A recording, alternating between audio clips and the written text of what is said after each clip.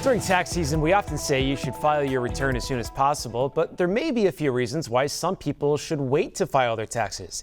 This afternoon, our financial expert Paul Hood from Hood CPAs is here to break down who may want to hold off on completing their taxes. Paul, good to see you. Thanks for being here. Good to see you. So let's start it off today by saying, how would you know if you are someone who should actually wait to file their taxes?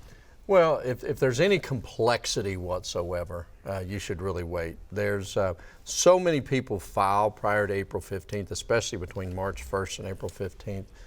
There's a lot of problems that are created for all the volume that hits the IRS's website, and their system is fairly antiquated. Their people are, they're short on people. So if you've got much complexity whatsoever, I would definitely file an extension now. One thing, Coop, is the extension does not extend the time to pay. It only extends the time to file.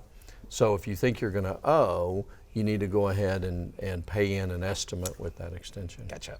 And are there any tax forms that you should consider waiting for before you file? Well, yeah. Every year, especially people that have investments, dividends and interest, and you'd think that'd be very simple. Right. And those are all due out at the end of January, but oftentimes they don't have all the information. So they send out these statements, these 1099 statements that have estimate numbers, and it says, future ones will come. And they're generally always right up to April 15th, if not afterwards.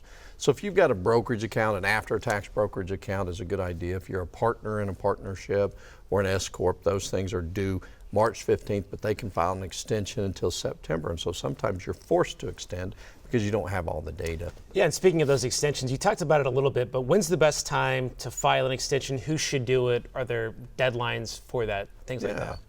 So normally flow-through business returns are due March 15th. Individual returns are due April 15th. And so you have to file an extension by then. You can file an extension electronically, which is the way you should. There's been some issues with identity theft with the IRS, especially somehow when you file an extension, they sometimes jump it. And so I would get it in as soon as possible, but by April 15th. And then again, send in a payment, or you can do it electronically if you think you're going to owe. And then that business returns extend to September 15th, individual returns extend to October 15th. And then I think I know the answer to this one, but if you have big time investments or very complicated taxes, you probably should. But when should another time be when you should reach out to a tax professional like yourself? Yeah, so it's to be successful in life, and I don't care whether it's financial or your physical fitness or taxes, you should be proactive. And there's our system. Every time the government simplifies our tax code, it's the Full Employment Act for people like me. So if you got any complexity, if you're an individual and you've got a W-2, file online. If you've got mortgage interest, if you are a tither, you give stuff to charity, you're cleaning out your closet and taking it to Goodwill. If you're self-employed and have your own business, anybody like that should really, really consider getting past that that April 15th deadline, so we can breathe and actually do some proactive planning. Because there's things that you can do after April 15th that would affect that prior year return and save you money. Very interesting. All right, Paul, thanks so much.